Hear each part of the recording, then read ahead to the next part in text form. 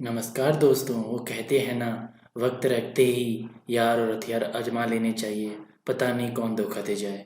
दोस्तों, हम objective questions कर रहे हैं बूस्टर के अंतर्गत। फोर्थ चैप्टर के दूसरे पार्ट को मैं लेके आया हूँ, जिसमें हम ओम्स लॉ, किरचॉफ लॉ और प्रतिरोध से रिलेटेड क्वेश्चंस करेंगे। चलिए दोस्तों, स्टार्ट करते हैं।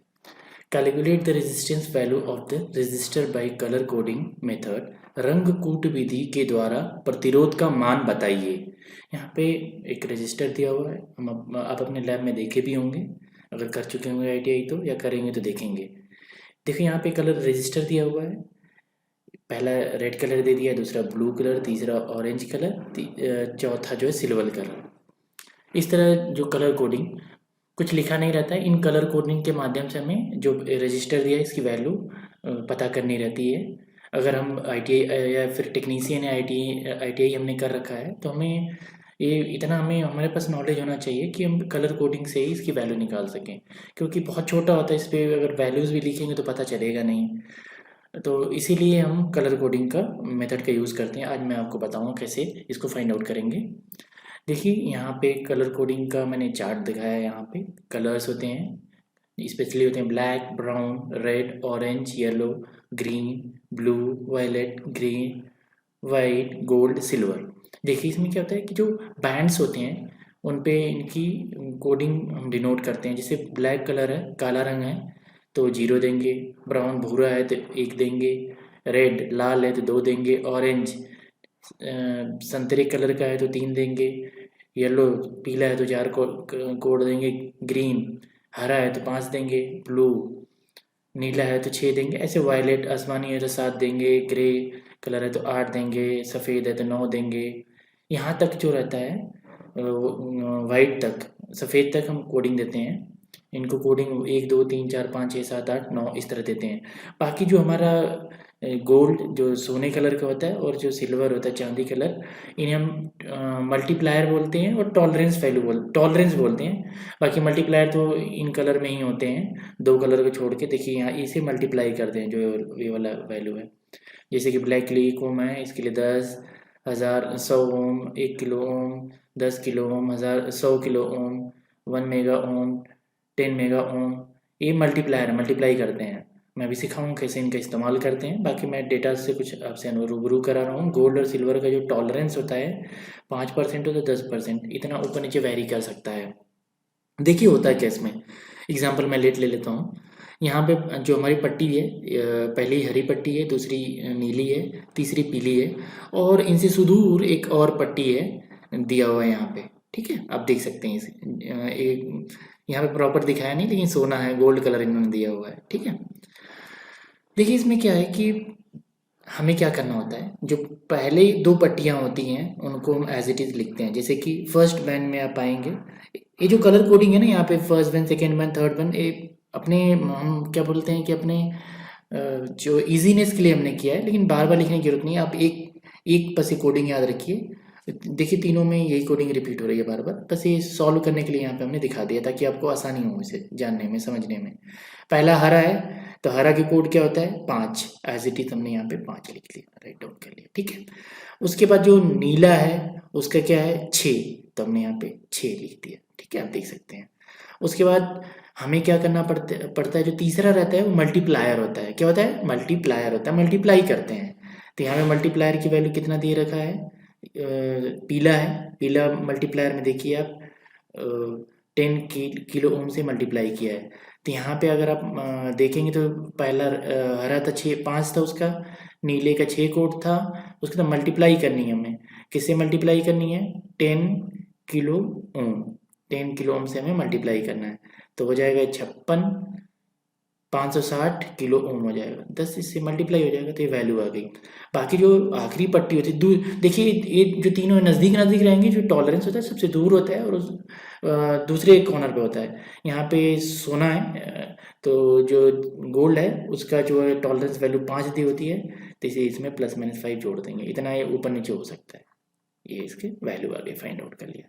कुल मिला के जो शुरू के 3 बैंड 2 बैंड थे उनको, उनकी जो कोड था हमने एज इट इज लिख लिया, और जो तीसरा होता है मल्टीप्लायर की तरफ से गुणा कर लिया हमने। इसे मल्टीप्लाई गुणा कर लिया, जो वैल्यू आई उसे लिख लिया, बाकी जो टॉलरेंस होता है बाद में ला के ऐड कर दिया। अब कहोगे सर अगर ज़्यादा बैंड होते तब क्या करते? कोई दिक्कत नहीं है। अगर मैं यहाँ पे मैंने नीचे एक और एग्जांपल लिया है, अगर हमारे 4 बैंड होते फिर उसके बाद जो रहता है हमारा टॉलरेंस वैल्यू रहती है उसे लेना होता तो कैसे करते? देखिए पहला यहाँ पे लाल है, लाल का कूट क्या होता है आप बताइए? लाल का कूट 2 होता है, हमने 2 लिख लिया। दूसरा बैंड हमारा क्या है? दूसरा बैंड हमारा ऑरेंज है, ऑरेंज का कूट क्या होता है? 3, तो हमने 3 लिख लिया। ठीक है, उसके बाद हमारा तीसरा कोड क्या है? जो कलर कोड दिया हुआ है, कलर कोड है तीसरे का 7, तो हमने 7 लिख लिया। ठीक है, 7 लिख लिया। उसके बाद इसमें मल्टीप्लायर है, मल्टीप्लायर यहाँ पे काला रंग है, काला रंग का कितना होता है मल्टीप्लायर? 1 ओम होता है। यहाँ पे देखिए काले रंग का 1 ओम है ना, काले रंग का मल्टीप्लायर 1 ओम है, तो हम इसे मल्टीप्लाई कर लेंगे 1 ओम से। ठीक है, और यहाँ पे आखिरी में जो टॉलरेंस दिया हुआ है ग्रे कलर सिल्वर दिया हुआ है, सिल्वर का कितना होता है? सिल्वर का 10 होता है, तो प्लस मैंने 10 हमने कर लिया। तो यहाँ से हो जाएगा 237 ओम प्लस 10% प्लस 10% हो जाता है।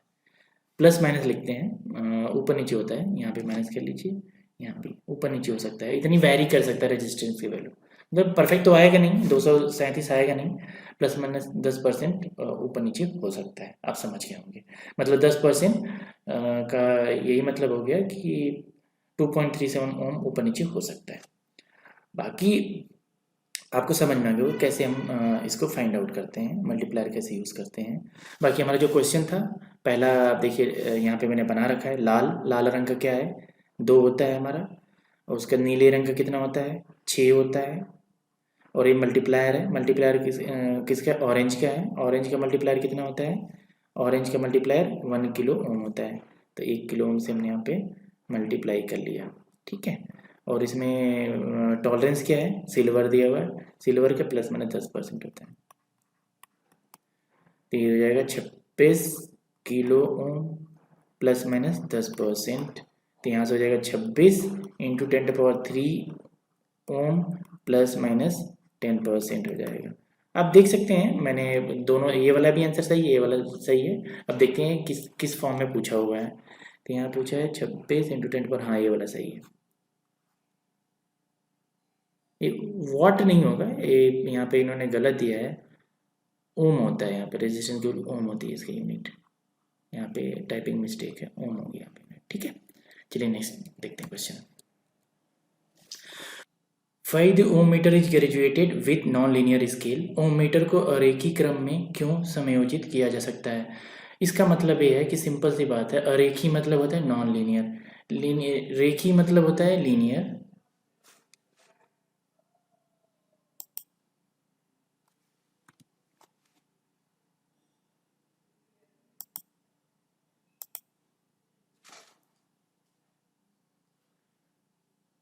ओम meter is why the ohm metre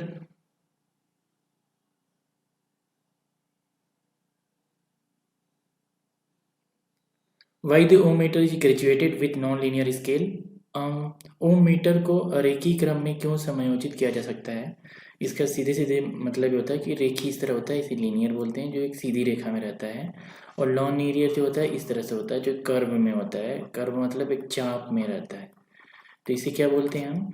non linear बोलते हैं, नॉन लीनियर बोलते हैं। ठीक है, तो ये जो हमारा ओम मीटर होता है इसका जो स्केल होता है इस तरह से होता है, एक चाप में होता है, नॉन लीनियर चलता है। इसका वजह क्यों? क्योंकि जो धारा इसमें बहती है, ऑपरेटिंग धारा, और इनवर्सली प्रोपोर्शनल टू रेजिस्टेंस की होती है, इस वजह से ऐसा होता है। तो इसका ऑप्शन बी सही होगा, धारा प्रतिरोध के व्युत्क्रमानुपाती है। नेक्स्ट क्वेश्चन है, calculate the various value of unknown resistance RDC in the Wheatstone bridge network if PAB 500 watt, QBC 300 watt। वाट नहीं होना चाहिए, ओम होना चाहिए, गलत लिखा हुआ है, ये ओम होगा, ये भी ओम होगा, यहाँ पे टाइपिंग मिस्टेक है इंग्लिश में। Calculate the value of the unknown resistance RDC Wheatstone bridge network if PAB is 500 ohm, QBC is 300 ohm, SA0 is 15 ohm at the balance condition. Wheatstone bridge में संतुलन की अवस्था में अज्ञात प्रतिरोध RDC का मान ज्ञात कीजिए। ये RDC ये दिया, इसकी वैल्यू पूछ रहा है क्या होगी, इसकी मान बता पूछ रहा है। और ये बता रहा है कि जो पी ए बी है ये वाली वैल्यू 500 है ओम, क्यू बी सी 300 ओम है और एस ए नॉट 500 ओम है। चलिए मैं कैलकुलेट करके दिखाता हूँ। देखिए इसे कैलकुलेट करने के लिए यहाँ पे एक चीज़ इन्होंने बोला है कि जो हमारा व्हीट स्टोन ब्रिज किस में है, संतुलन में है। किस में है, संतुलन में। यहाँ पे बैलेंस ब्रिज दिया हुआ है। इसका मतलब क्या होता है बैलेंस कंडीशन, इसका जब बैलेंस व्हीट स्टोन ब्रिज रहता है, ये व्हीट स्टोन ब्रिज का स्ट्रक्चर होता है। इसमें 4 बाजुएं होती हैं, 4 जो इसके पार्ट्स होते हैं, जैसे कि उसमें रेजिस्टेंस लगे होते हैं R1 R2 RX और RA0।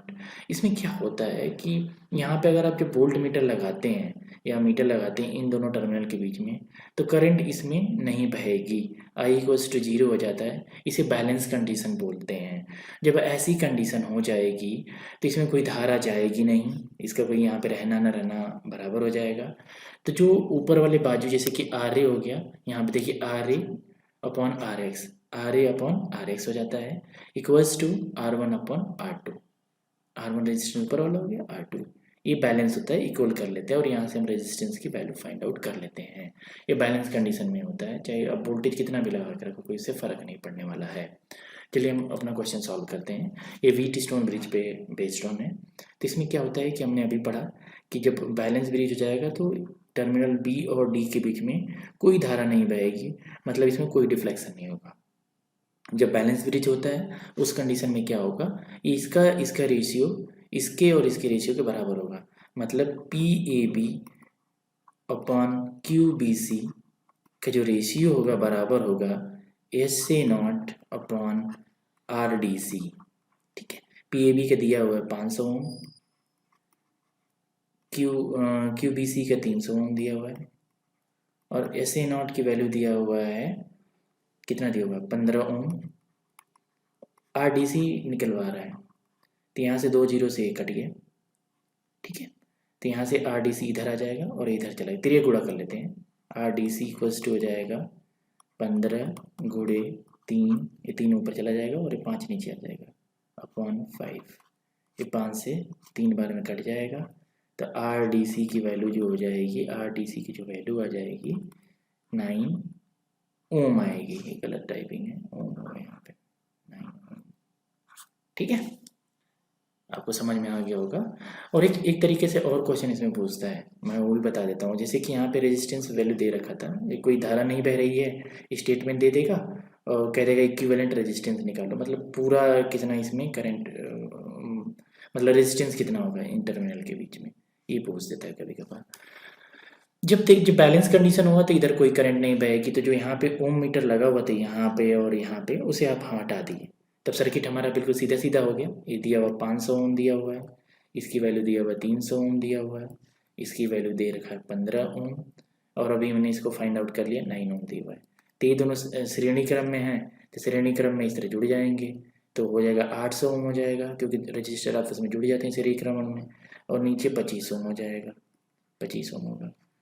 अब इनका जो है कि इक्विवेलेंट निकाल लीजिएगा जो समांतर क्रम में है, तो आपको इसके यहाँ और यहाँ के बीच में कितना रेजिस्टेंस है ये भी फाइंड आउट हो जाएगा। मैं 2 क्वेश्चन बता दिया कि एडवांस लेवल ऐसा बन सकता है क्वेश्चन, समझ गया होंगे। नेक्स्ट क्वेश्चन देखते हैं। विच मटेरियल है is having negative temperature coefficient property, किस पदार्थ में ऋणात्मक तापमान गुणांक का गुण होता है। ऑब्जेक्टिव क्वेश्चन है, हमेशा बार बार आता है, पेड क्वेश्चन है, मीका में होता है। आप कहेंगे सर नेगेटिव टेम्परेचर कोफिशिएंट का मतलब क्या होता है। नेगेटिव टेम्परेचर कोफिशिएंट को मैं थोड़ा सा बता देता हूँ, ये सब थ्योरी चैप्टर में अच्छे से बताऊंगा मैं आपको। टेम्परेचर है, जैसे यहाँ पे आपने एक्स एक्सिस पे टेम्परेचर ले लिया, ठीक है, और वाई एक्सिस पे आपने प्रतिरोध रेजिस्टेंस ले लिया, प्रतिरोध रेजिस्टेंस, ये हो गया टेम्परेचर ताप। तो इसमें क्या होता है कि ग्राफ कुछ इस प्रकार चलता है, इसमें नॉन लीनियर रहता है। जैसे जैसे आप टेम्परेचर बढ़ाएंगे रेजिस्टेंस घटता चला जाता है, उसे नेगेटिव टेम्परेचर कोफिशिएंट बोलते हैं। अब हम देखते होंगे जितने भी प्रतिरोध होते हैं, अगर स्पेसिफिकली अगर ये मेंशन नहीं किया जाएगा तो उसमें समय पॉजिटिव होता है। अगर टेम्परेचर बढ़ेगा तो रेजिस्टेंस प्रतिरोध भी बढ़ता है गर्मी के साथ, टेम्परेचर के साथ। लेकिन कुछ मटेरियल ऐसे होते हैं जैसे मिक्का अब्रक हो गया, इसमें अगर टेम्परेचर बढ़ेगा तो टेम्परेचर रेजिस्टेंस घटता है। What electrical quantity are related in Ohm's law, Ohm's law में कौन सी जो प्रॉपर्टी यहाँ पे दे रखी है किसको हम आपस में रिलेट करते हैं, ओम्स लॉ देख लेते हैं। ओम्स लॉ का यहाँ पे एनिमेशन है, ओम यहाँ पे है। सबसे बड़ी बात यहाँ वोल्टेज होता है करंट को फोर्स करता है, और जो रजिस्टर होता है उसे अपोज करता है। सर्किट डायग्राम कुछ इस प्रकार से होता है। इसमें जो रिलेशन आप देख रहे हैं, 3 टर्म्स यहाँ पे हैं, मतलब V है, I है और R, तीनों हैं, ठीक है। और ऑप्शन में आइए, जब हम पीछे ऑप्शन में जाएंगे तो यहाँ भी तीनों चीज़ दिए हुए हैं, करंट, वोल्टेज और रेजिस्टेंस दिया हुआ है। ये तीनों चीज़ें यहाँ पे भी वोल्टेज, रेजिस्टेंस और करंट दिया हुआ है। मैं एक पॉइंट आपको बता रहा था जब ओम्स लॉ बता रहा था। देखिए हमको तो लगता है देखने में कि V डायरेक्टली प्रोपोर्शनल I होना चाहिए, क्योंकि V इक्वल टू IR होता है। लेकिन अब अगर आप बिल्कुल रिसर्च पॉइंट ऑफ व्यू पे जाएंगे तो पहले धारा आई थी, उसके बाद वोल्टेज आया था, कुछ ही होता है। इसलिए ऑप्शन सी यहाँ पे करेक्ट हो जाएगा, करंट, वोल्टेज एंड रेजिस्टेंस। अगर दोनों ऑप्शन में रहेगा तो, नहीं तो आप तो जनरली ये जानते ही हैं। आपको समझ में आ गया कि मेरी बात, मेरा कहने का मतलब ये है, ओम्स लॉ जो होता है V इक्वल टू IR होता है, इसमें वोल्टेज, करंट और प्रतिरोध तीनों होते हैं। लेकिन यहाँ पे 2 ऑप्शन में ऐसा दे रखा है, तो अमूमन हम देखने में हमें लगता है कि V directly proportional to I होता है, जो वोल्टेज है समानुपात में होता है धारा के। लेकिन ऐसा होता नहीं है। अगर आप प्रैक्टिकली अगर आप इस पर रिसर्च करेंगे तो आप फाइंड आउट करेंगे कि धारा पहले आती है, उसके बाद वोल्टेज आता है, इसलिए ये वाला ऑप्शन सही होगा। चलिए दोस्तों नेक्स्ट क्वेश्चन देखते हैं। Calculate the value of resistance R2 in the parallel circuit. समांतर परिपथ में R2 का मान ज्ञात करिए। कुछ यहाँ पे दिया हुआ दिख नहीं रहा है, 8 ओम है और इसकी वैल्यू पता करनी है। ये 3 ओम है, यहाँ पे 15 ओम धारा जा रही है इसके अंदर, और 24 वोल्ट लगा रखा है यहाँ पे, ठीक है। चलिए मैं कैलकुलेट करके दिखाता हूँ। कुछ इस प्रकार से हमारा सर्किट है।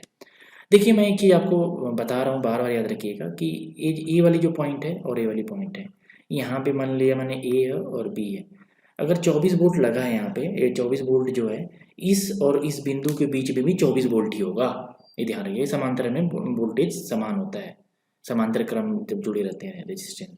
तो ठीक है, जब यहाँ पे तो इसके क्रॉस भी, मतलब 8 ओम के क्रॉस भी 24 वोल्ट होगा, R2 के क्रॉस भी 24 वोल्ट होगा और R3 के क्रॉस भी 24 वोल्ट होगा। एक बार ध्यान रखिएगा, जो प्रतिरोध, जो वोल्टेज होता है समांतर क्रम में, वो जो जितने भी एलिमेंट रहते हैं उनके लिए सब समान होता है। तो 8 वोल्ट के लिए भी 24 वोल्ट होगा, R2 जो जिसको पता करना उसके लिए भी 24 वोल्ट होगा, R3 के लिए भी 24 होगा। मैं इस पॉइंट पे जानबूझ के इसलिए फोकस कर रहा हूँ क्योंकि इंपॉर्टेंट पॉइंट है।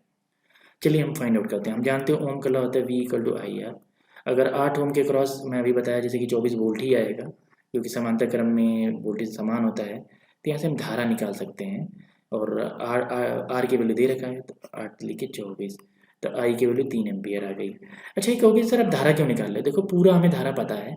अगर जो नॉन इसमें और इसमें धारा हम पता कर लेंगे तो इसमें कितनी धारा जा रही पता चल जाएगा, और धारा पता चल जाएगा और वोल्टेज इसके क्रॉस हमें पता ही है, तो हम प्रतिरोध की मान निकाल पाएंगे।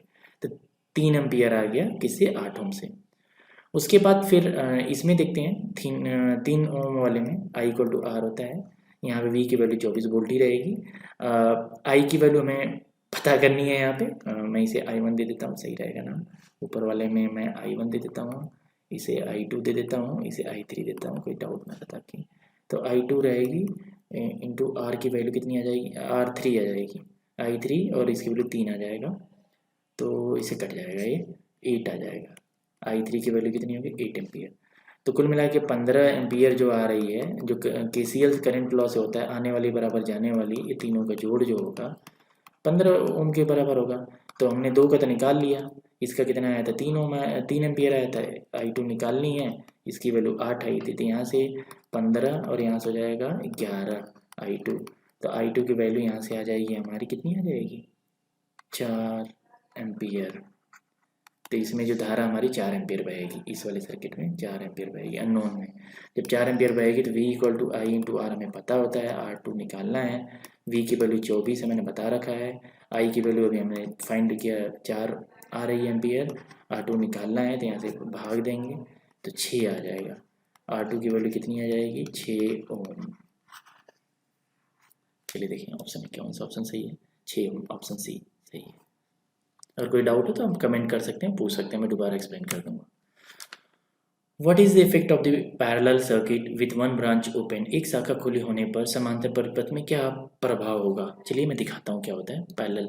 देखिए पैरेलल सर्किट इस तरह होते हैं, जब वोल्टेज के समांतर में, जैसे ये रजिस्टर था, यहाँ भी रजिस्टर वगैरह कुछ लगा रहा होगा, तो यहाँ से पहले धारा आ रही होगी, यहाँ जा रही होगी, कुछ इसमें जा रही होगी, कुछ इसमें बट रही होगी। मान लीजिए I1 इधर जा रही थी, I2 इधर जा रही थी, तो क्या हो, जब सर्किट आप ओपन कर देंगे तो इसे रास्ता मिलेगा ही नहीं मिलेगा। तो जो पूरी की पूरी धारा है सारी की सारा यहीं जाने लग जाएगी, इसी से होके जाएगी, और इधर कोई धारा का बहाव नहीं होगा। ये समांतर क्रम में होता है।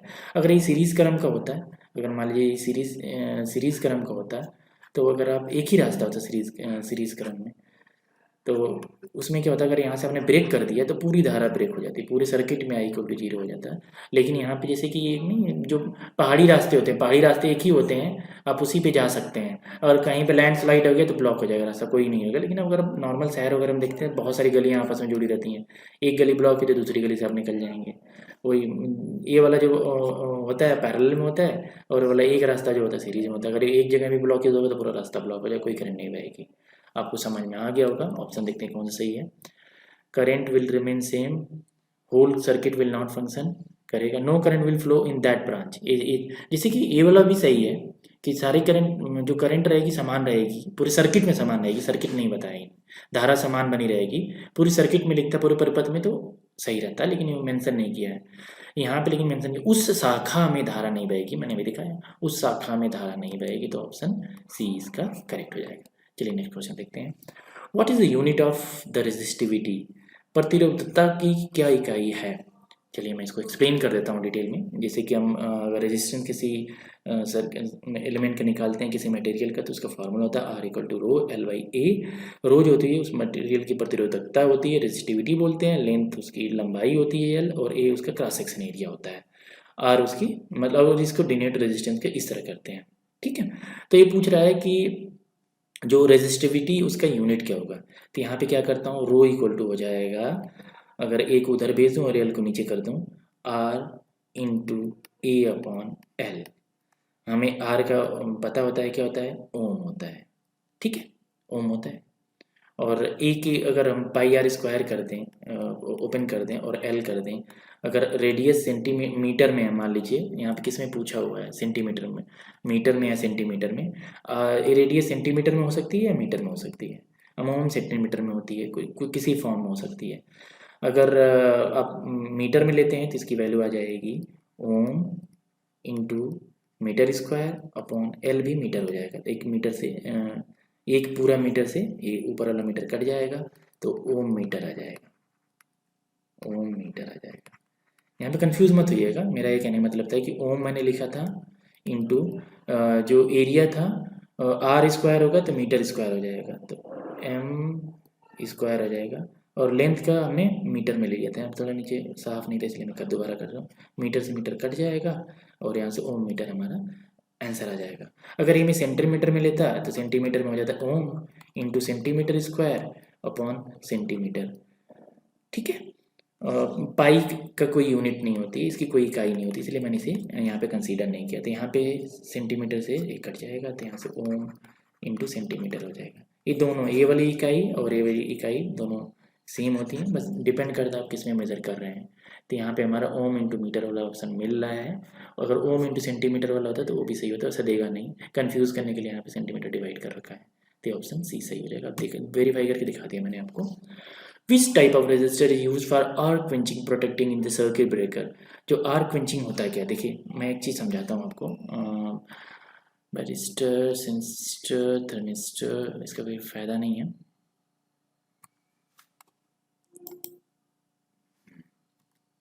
देखिए बैरिस्टर जो हमारा होता है, एक चीज़ मैं बता दूंगा फटाफट। देखिए बैरिस्टर जो क्विंसिंग की बात चल रही है, क्विंसिंग में क्या होता है कि यहाँ पे एक फ्यूज़ होता है हमारा शुरू परिपथ में। आप यहाँ से AC दे रहे हैं, या AC या DC दे रहे हैं, या DC सप्लाई दे रहे हैं, इन दो टर्मिनल के लिए यहाँ पे फ्यूज़ लगा देते हैं। और यहाँ पे हमारा जो है ये लगा देते हैं, सेंसिस्टर लगा देते हैं, बैरिस्टर लगा देते हैं, और यहाँ पे आपका जो है मशीन होगी जिस पे आपको काम करना है। तो क्या होता है कि इसकी एक प्रॉपर्टी होती है, जहाँ से धारा आ रही है एक लिमिट तक ये अपने थ्रू बहने नहीं देगा, अपने रेजिस्टेंस को मेंटेन रखता है।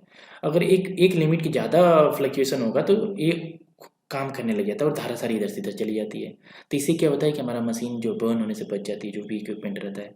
जब एक्सेस धारा आएगी तो फ्यूज़ के थ्रू अचानक तो पास हो जाएगी एक सडन, जिससे कि फ्लक्चुएशन होता है, तो उस कंडीशन में क्या होगी कि इधर से धारा हमारी निकल जाएगी, वोल्टेज इधर से निकल जाएगा, जिससे कि ये हमारी सेफ रह जाएगी, बर्न आउट नहीं होगी।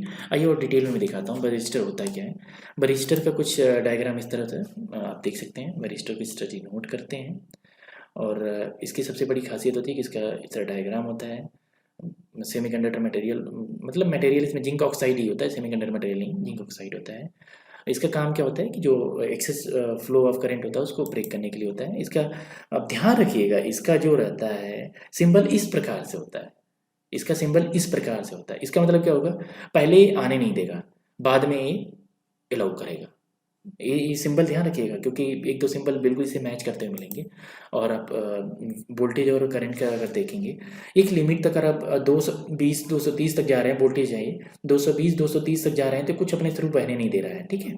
220 तक अपने थ्रू नहीं बह रहा है। जैसे एक लिमिट से बढ़ती तुरंत करंट इसके थ्रू फ्लो होने लग जाती है, जिससे कि जो हमारा बगल में कोई कंपोनेंट लगा वो जलेगा नहीं, बच जाता है। जैसे टीवी हमारी बच जाएगी अगर ज़्यादा धारा अचानक से आ जाएगी। तो देखिए जिंक ऑक्साइड का बनता है, ये ज़्यादा तुरंत कर देता है। और SiC का भी बनता है, अलग अलग मटेरियल बताया गया है यहाँ पे। सेंसिस्टर जो है टेम्परेचर डिपेंडेंट रेजिस्टर होता है। इसमें क्या होता है कि कुछ इस प्रकार से इसका ग्राफ बनता है। अगर जिस हिसाब से आप टेम्परेचर अगर इंक्रीज़ करते हैं, टेम्परेचर आप इंक्रीज़ करते हैं, टेम्परेचर आप इंक्रीज़ करते हैं, बढ़ाते हैं, उस समय क्या होता है, रेजिस्टेंस जो होता है हमारा, रेजिस्टेंस जो होता है वो भी इंक्रीज़ करता है लिनियरली, इस तरह चलता है। देखिए बाकी सर्किट में तो ये रजिस्टर नॉर्मल रजिस्टर है, ये भी नॉर्मल रजिस्टर है, ये भी नॉर्मल रजिस्टर है। एक प्रॉपर सेल्फ बायस सर्किट है, ट्रांजिस्टर है। अब ट्रांजिस्टर इस प्रकार से होता है, आप देख सकते हैं, NPN ट्रांजिस्टर है ये, इस तरह है। इसे बेस बोलते हैं, इसे कलेक्टर बोलते हैं। आप अगली आगे क्लास में बताऊंगा आपको। इसे एमीटर बोलते हैं, इस तरह से होते हैं।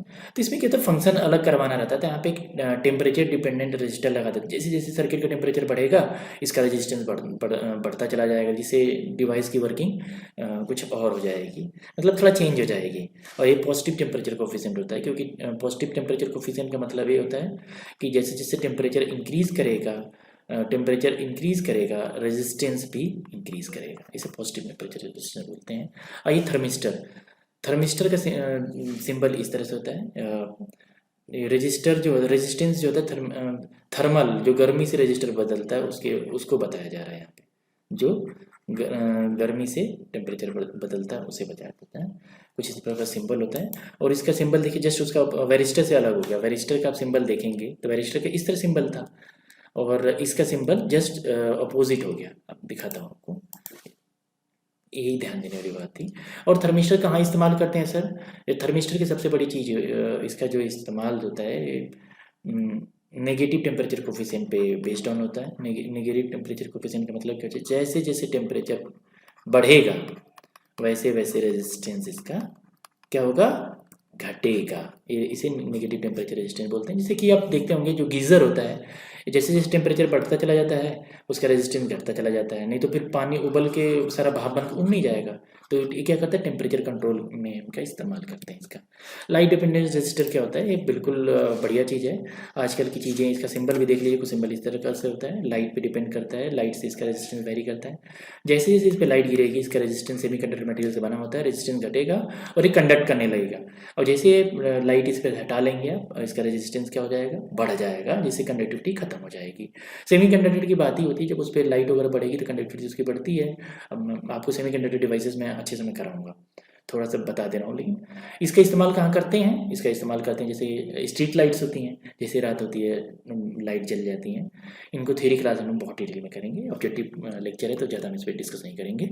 Calculate the value of resistance by the colour coding method, रंग कूट विधि के द्वारा प्रतिरोध का मान ज्ञात करिए। सिंपल सा मैंने अभी थोड़ी देर पहले ही आपको बताया था। इसका कुछ इस प्रकार से होता है।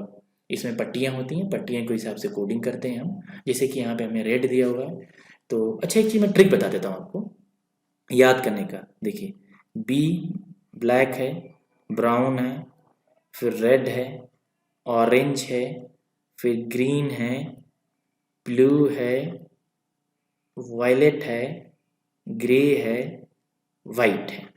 ये है ना, ये यहाँ पे कोड दिए हैं, इनके कोड इनके नीचे लिख लीजिए 0 1 2 3 4 5 6 7, एक छूट गया इसमें लग रहा है,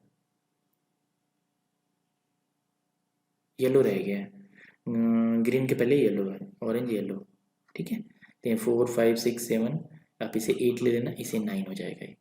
एक बार फिर से मैं बताता हूँ, जैसे BROY Roy, great Britain, very